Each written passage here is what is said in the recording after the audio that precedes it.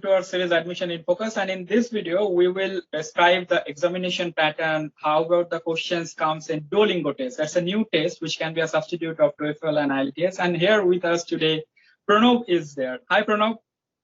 Yeah, hi, Sayan. Hi. So how are you? Pranav will help us to understand the new exam that's called Duolingo. What about all the things about this exam? Pranav, can you introduce yourself? Yeah, hi, this is Pranav. I'm an architect. I graduated in 2017 and I decided to go for masters in US. So I gave my GRE on June 1st and Duolingo on like first week of July.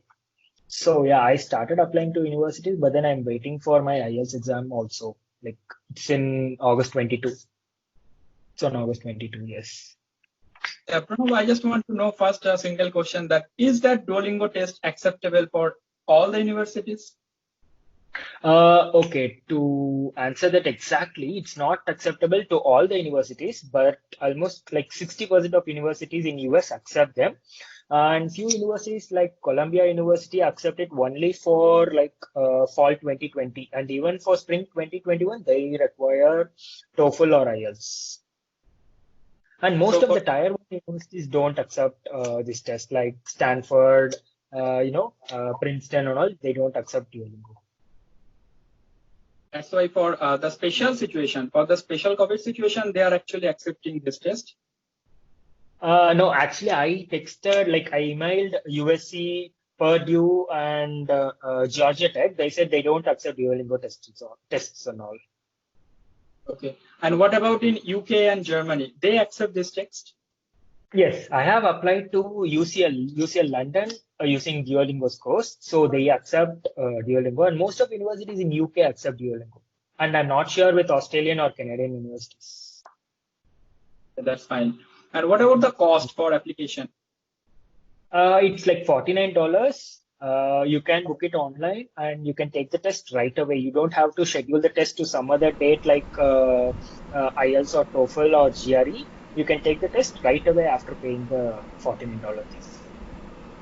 Okay, I can just take a schedule now, pay now, and then I can sit on the exam? Yeah. Yes, you can pay now and right away you can take the exam. There is no need to schedule the test and all to some other date. And what's the marks distribution and what about the sections are there? Okay, there are basically like 6 major sections. I can tell you the 6 major sections, but then there will be some kind of like manipulations within the section. So that will be known to only to the candidate. Yeah, the major sections are the vocabulary thing, wherein you will get a pool of 15 to 20 words and you have to find exactly the right English words. So basically there will be some spelling errors and some kind of like amateur mistakes in spelling. So you can easily figure the right word. And the second section is the missing letter thing. There will be a paragraph and you will have some words with missing letters in it. You have to fill in the gaps. It's like fill in the blanks type of sort of question. And the next section is repeat what you hear. So you will get a passage of 1 to 2 sentences and you just have to repeat repeat the sentence again. And the next section is describe an image. So wherein you will be given an image, you will be shown an image and you have to describe the image for like 1 to 2 minutes. So it also depends upon the question type. Also, then you have to write what you hear. So you will be hearing a sentence or like 2 to 3 sentences, and you just have to type what you hear. And the next part is answer to what you hear. So there will be a topic which is given to you over the audio, and you just have to answer for it like 1 or 2 minutes. So these are the major sections.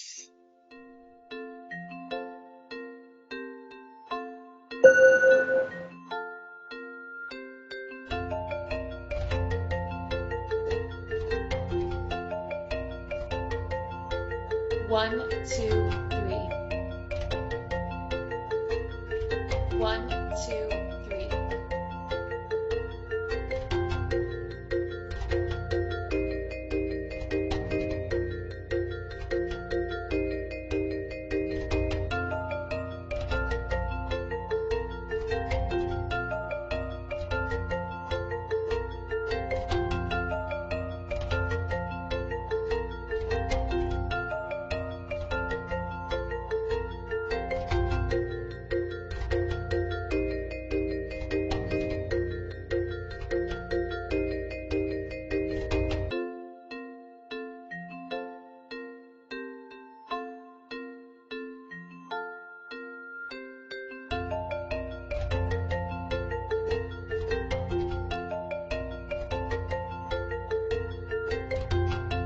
I haven't traveled much in these parts for a long time.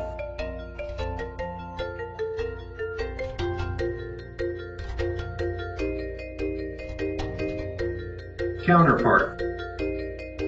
Dismiss.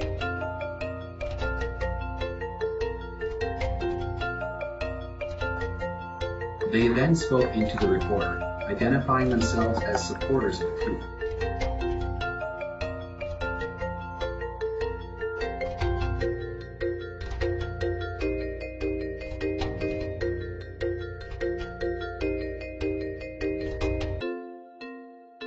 A foreign culture that I like is an American culture. Describe the most beautiful natural scenery you have ever seen.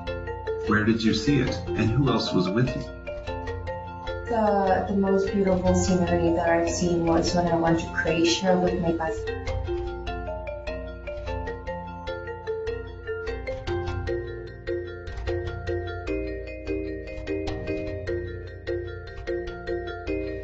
The last place that I visited with my best friend was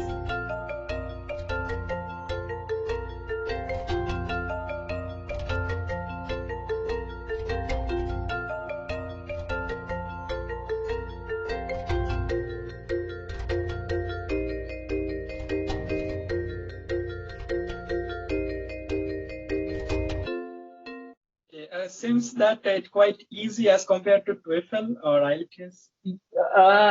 On a scale of 10, I would rate TOEFL at 9 and Duolingo at 3 or 4. It's very easy. It's damn easy, man. Exactly. And what's the marks distribution? It's for like 160, and most of the universities accept Duolingo scores from 105, which is similar to 6.5 in IELTS. You would need like a score above 125 or 130 for your GAT assistantships and all. I just want to know one thing, that whether like TOEFL, here we can get the different sections like writing, then reading, then listening. No. It's an adaptive test, and you can't predetermine the type of question you will be attending, and it's just a mixed pool of 4 sections. You can't just tell which section you will be getting the next question and all. Exactly. Okay. It seems that the total exam is actually mixed type. You can get the listening, and then after next questions, you can get the reading section, or you can get also the sections. Correct. And, yeah. And quite adaptive type means whenever you are doing well, your next question will be more harder. Way harder than the previous question. Yes, true. Exactly. Yes. And if you get the hard questions, don't be worried, because then you have to think about that you are doing well, and that's last point for you. Yeah, that's true. And even if you get the easiest question, and that's the most hardest part, you will get to know like you have answered the previous question wrong, so you are getting the easiest question. So it will affect you mentally in answering the questions. So you just have to deal with it. Yeah. It stays upon you. Yes. Yeah. True. And what's the time limit for every question? Yes. The time limit of the questions varies from like 30 seconds to 2 minutes, and you can't skip the question. Like for a 2-minute question, there will be certain limit, say 45 seconds. Till that 45 seconds, you can't skip the question. You have to be on that question for 45 seconds minimum. Okay, so this 45 seconds is the minimum and 2 minutes is the maximum. So within within this 45 seconds or 2 minutes, you can complete the questions and go to the next questions. But if you go before 2 minutes, you have no gain actually. You have to have you cannot get that extra time to another questions. No, you can't get the extra time to the next question, and also you will not be able to access the previous question. So there is no gain.